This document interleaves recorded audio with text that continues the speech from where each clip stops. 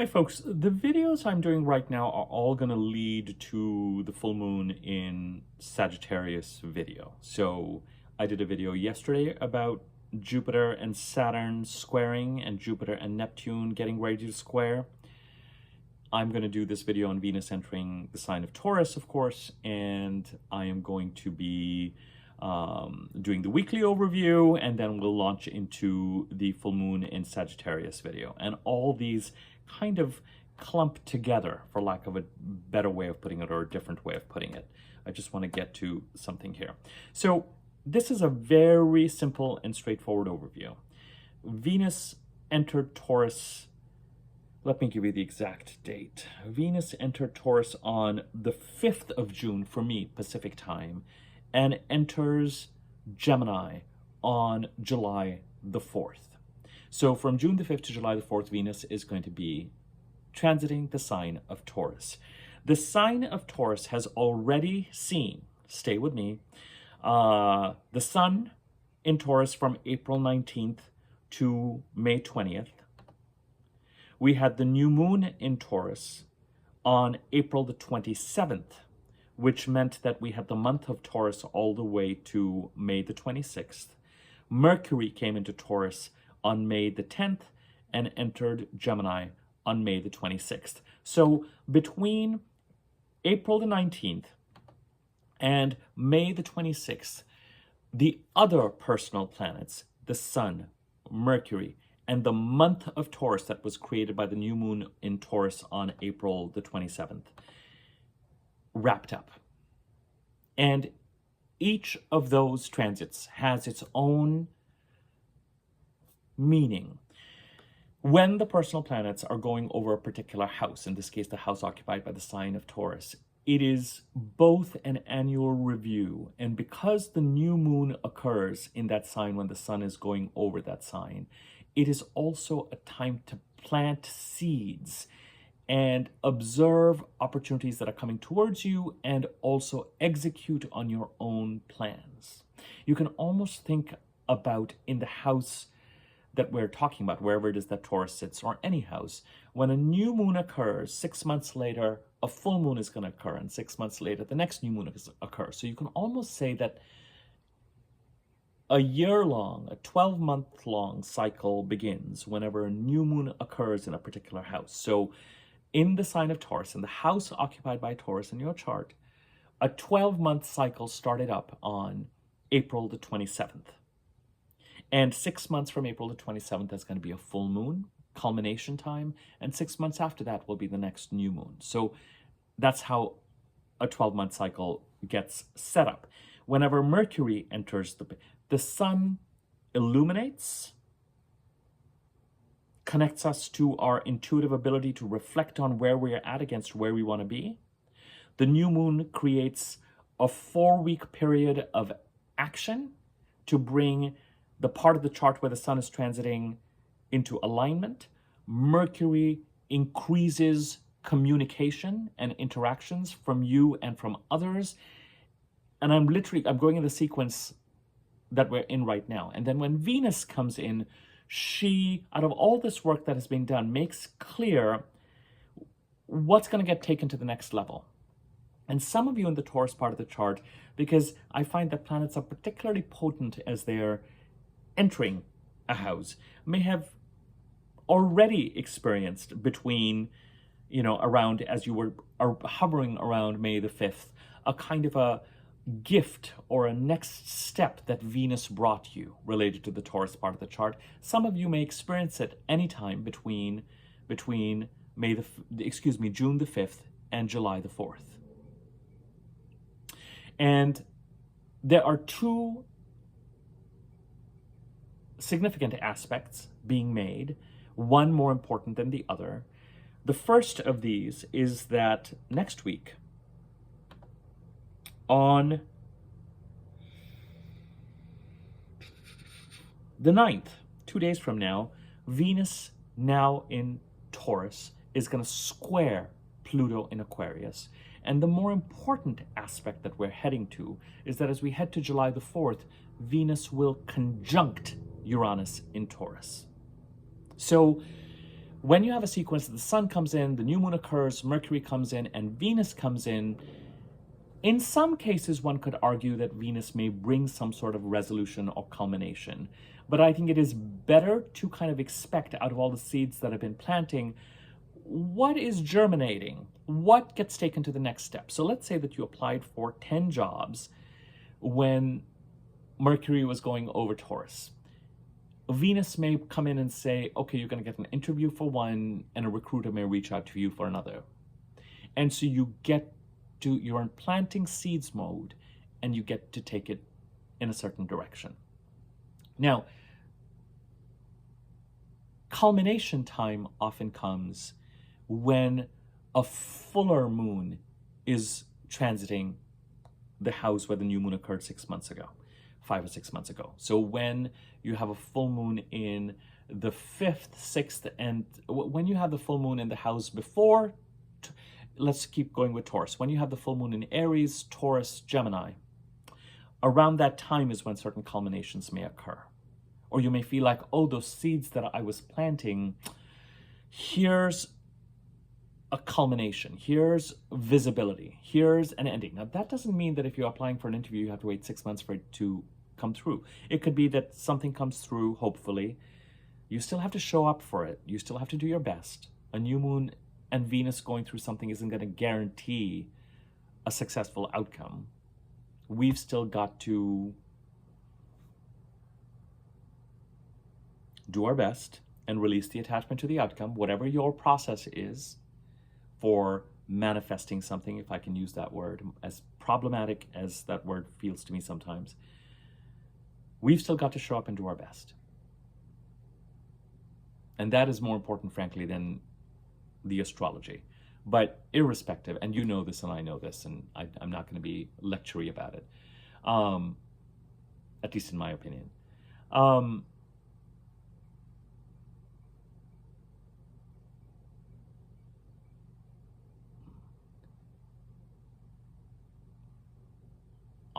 I would pay attention to, and I would take advantage. Venus also, relationship building, relationships, partnerships, contracts, financial opportunities, taking something to the next level, interviews, meetings, opportunities. I'll open this door, I'll open this door, I'll deliver this blessing, maybe this culmination. So with Venus going over the sign of Taurus, the sign that she rules, the house occupied by the sign of Taurus, I would make some room and make some time for, even with Mercury gone, and Mercury's in the sign of Cancer shortly, it's already gone through Gemini. I would give some time, if you can, to, in the house occupied by Taurus, what it is that you can do to take advantage of Venus's ability to grease the wheels or provide a certain amount of day-to-day luck or open doors. And if you weren't able to get something done while Mercury was going over Taurus in terms of communication, it doesn't have to be that a Venusian transit is just about waiting for things to be delivered to you so that you can then act on them. You could also take advantage of Venus's transit by proactively taking steps to establish, build relationships and partnerships and explore potential partnerships, to explore financial opportunities. Venus going over particular houses, take advantage of it. And we have had since 2018 Uranus going over the sign of Taurus. And as I've said to you many, many times, Uranus is very preoccupied by, totally committed to you being authentically you, in total integrity with yourself, in the part of the chart that is occupied by Taurus. And go back to 2018 and see what shifted, and see if it resonates, whatever shifted, with regard to you perhaps not following a conventional way of doing things, or conventional path, or conventional relationships, but Uranus since 2018 putting you in touch with, who am I, and what is my path, and what are the relationships, What is the structure? How, who am I in the Taurus part of my chart, the house occupied by Taurus, and what am I constructing? And how am I going about constructing it in a way that is right for me? What are the breadcrumbs that are right for me? What are the choices that are right for me? There may or may not be the conventional choice. There may or may not necessarily be a choice that looks good on a resume. I'm not saying forego something conventional because Uranus is, but it will feel right. Sometimes under Uranus's influence, you can get the conventional choice and the unconventional choice, the shiny choice and the less shiny choice. But what you're going to, in my experience, so you experiment with this in the way that suits you. In my experience, sometimes with Uranus, choices are given where we have one that is shiny or conventional and one that is not. But what we can count on is how it feels in the room when we explore these choices. And we may be conditioned sometimes to take the one that is shinier or that we think is going to be more conventional or is going to look good on the resume, etc. But where you know Uranus is working is where you're suppressing your ability to say, but you know what? There was something about this that I really like, or there was something about this that felt really good. Or when I look at the two, this is the one that is more closely identified to who I am. Or there's someone in the room that I met that I feel like I want to build that relationship. Or because remember, with any job or with any choice that you make or any home or any partner or any lover or whatever, it's not about, this is a weird way to put it. It's the lover partner thing that is, it's other people. It's not, every situation is temporary. And it's almost a question of being in a situation where you can enjoy it and love it and be in an environment that feels right. But what it is really doing is setting you up for the next right thing.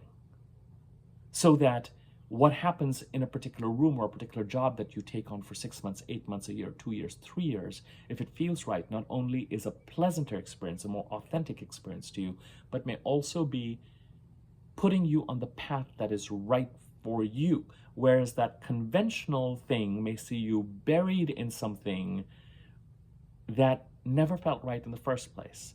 But with Uranus, it is that feeling that will be your guide, because it's not always, listen, if you have the North Node in Capricorn of the 10,000 year chart, it may very well be the conventional thing that you have to, that is going to feel right to you. So you've got to determine, it's a very individual blueprint with Uranus. Nobody can tell you what it is. Only you get to circle around what is authentically you, and you will recognize it. And it might be recognized as something that you knew or understood about yourself or had a vision of in your childhood or your teenage years, or something along the way. You're just like, oh, this is when, this is what I want to be, this is what I want to do, etc. So as Uranus gets ready between this year and next year to move into Gemini and finish his sojourn through Taurus, Venus, on the very day, because Uranus is in the very last degrees of Taurus, on the day she moves from Taurus to Gemini, July the 4th, she conjuncts Uranus and then moves into Gemini.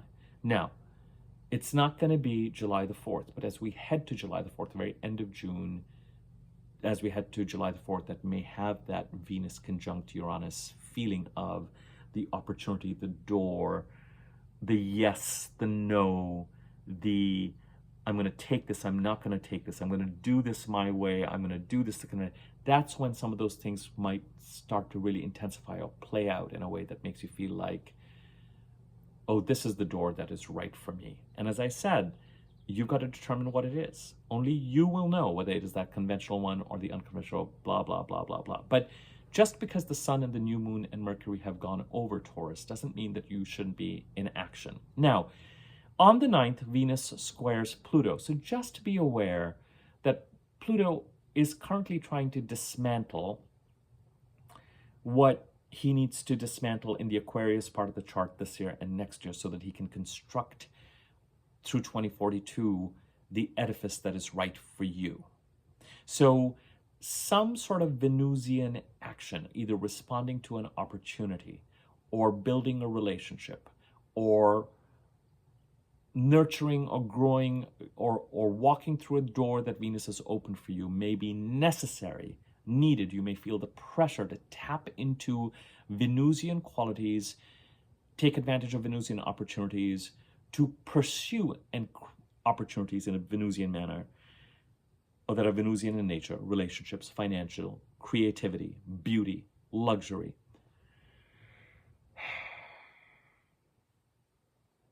Nature, bounty, growth, abundance, fecundity. You may need to land, real estate sometimes with Venus. You may need to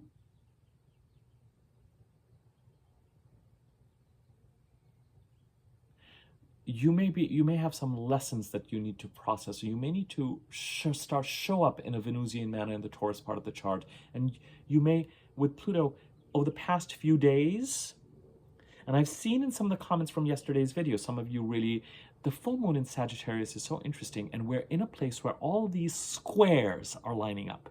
Venus square Pluto, Jupiter square Saturn and Neptune, Mercury square Saturn and Neptune, the full moon in Sagittarius squaring the nodes.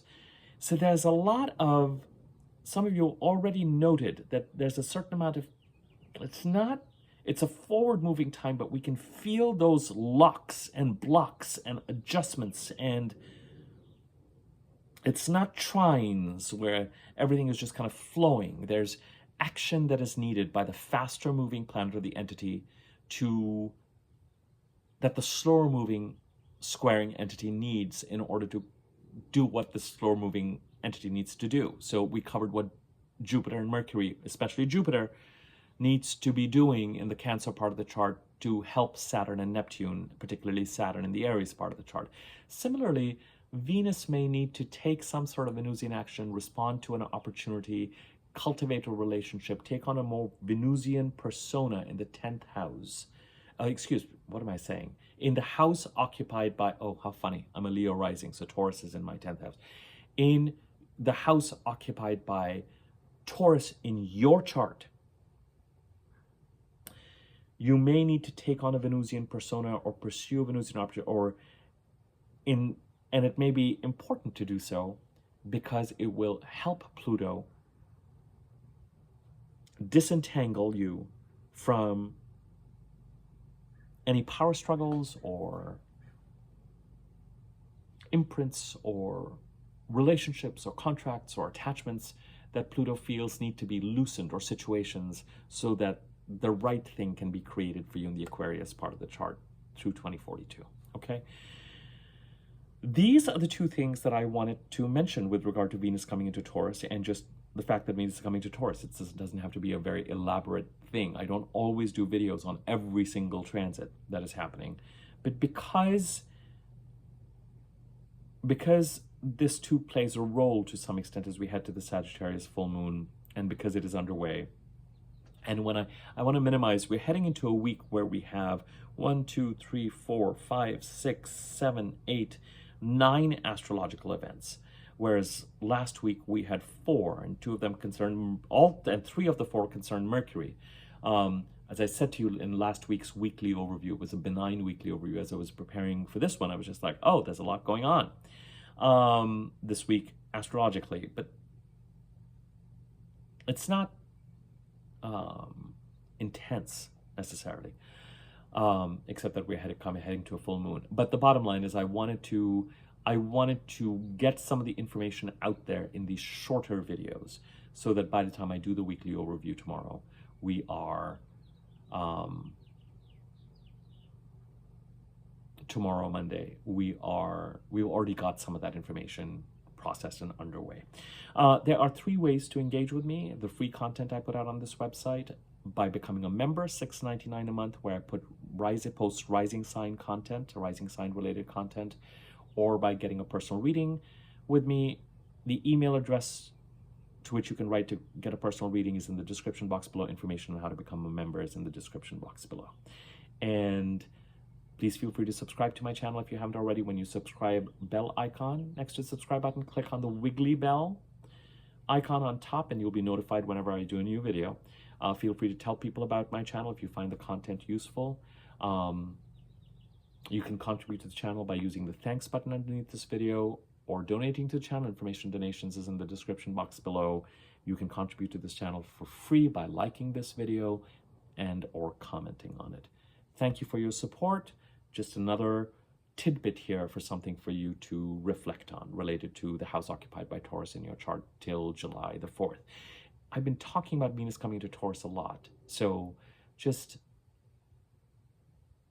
you know, we had Venus retrograde and Venus entering Aries and now moving forward, and Venus in Taurus and Venus trailing behind the sun more and more right now. You know, the order has now changed. It's Mercury first, then the sun, then the new moon, then Venus. So, and once Mercury goes retrograde, that sequence will change again. All right, more to follow, more to follow. It's always helpful to pay attention to where Venus is so that we can actually be paying attention to the doors, paying attention to next steps that can bear fruit. Or pay attention to, out of all the doors that we've been pursuing opportunities, which doors actually open. I will leave it to that. Take care.